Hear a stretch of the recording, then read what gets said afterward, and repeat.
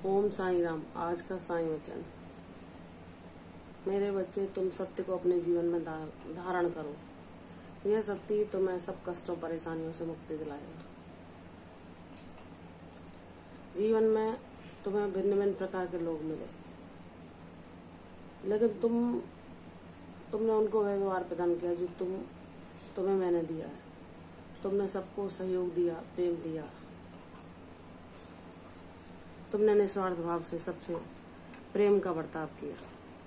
लेकिन कुछ तुम्हारे जीवन में स्वार्थी लोग भी आए, जिन्होंने तुम्हें अपने स्वार्थवश तुम्हारा इस्तेमाल किया और स्वार्थवश तुम्हारा साथ दिया। जब तक वह तुम्हारे साथ रहे, जब तक उनका स्वार्थ सिद्ध होता था। जब उनका स्वार्थ तुमसे निकल गया तो उन्होंने तुमसे किनारा कर लिया। ऐसे लोग तुम्हें दुनिया में बहुत सारे मिल जाएंगे, लेकिन बाबा जो किसी को थाम लेते हैं वह जीवन का परम सत्य है। वह कभी किसी को नहीं छोड़ते, और अगर वह उनके दिखाए हुए मार्ग पर अनवरत चलता रहता है तो बाबा उसे सारे कष्टों परेशानियों से बाहर निकाल लेते हैं और उसे भक्ति मार्ग दिखाते हैं।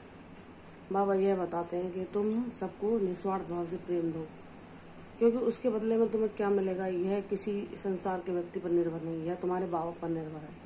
मैंने तुम्हें जो सेवा का मार्ग दिखाया है कि तुम सब में मेरा दर्शन करते हुए सबकी निस्वार्थ भाव से सेवा करो, चाहे वह जीव जंतु, पशु पक्षी, कोई जानवर या कोई इंसान ही क्यों ना हो।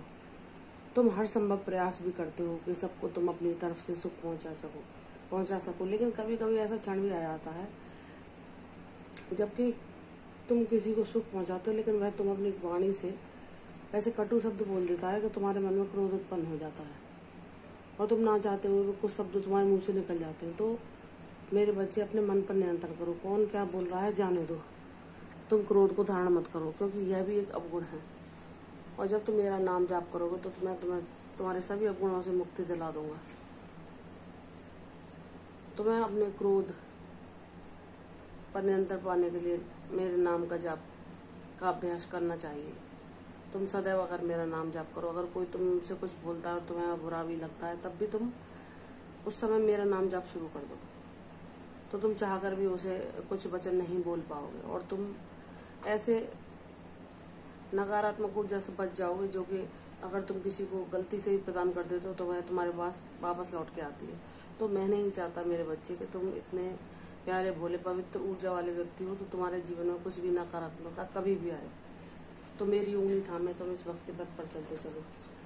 तुम्हारा सदैव कल्याण होगा। तुम्हारी सारी विपत्तियों, सारी कष्टों को मैंने अपने हाथ में ले रखा है और उनसे सब मैं तुम्हें बाहर निकाल दूंगा।